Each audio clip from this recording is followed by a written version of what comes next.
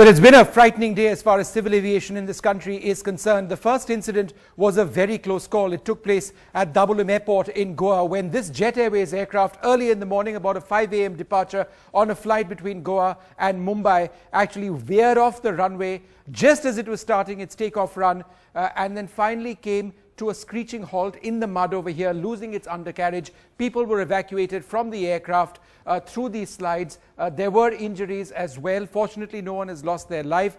And I think the really good news in this, a small silver lining, is that this was a fully loaded aircraft with fuel.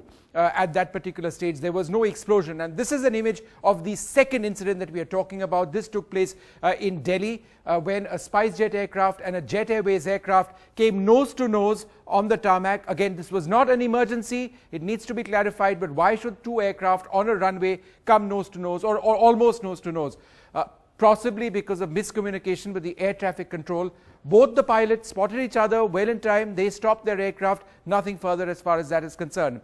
But let's go back to the Goa incident and bring you a map of just what exactly happened.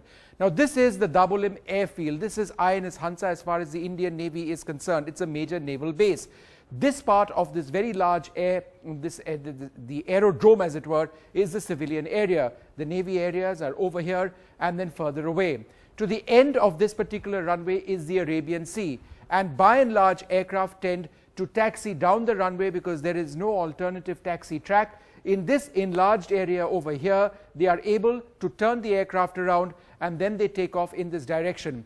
In this particular case, this seemed to be going exactly according to plans. I should mention that this image comes from Flight Radar 24. This is an application and a site that tracks real-time the movement of aircraft based on their radio signals and other signals. So on this particular case, this aircraft came down the runway as expected. Just look at the lines over here. It went over here. It turned around. And just as it was starting out its takeoff run, perhaps even before it actually commenced the takeoff run, it veered off the runway. Why did this actually take place?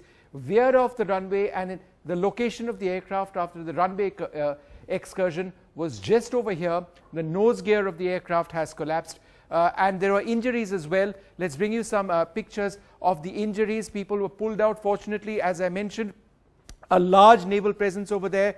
So they were able to actually get a lot of these injured people out of the aircraft very, very soon. Those people who were injured were taken to hospital.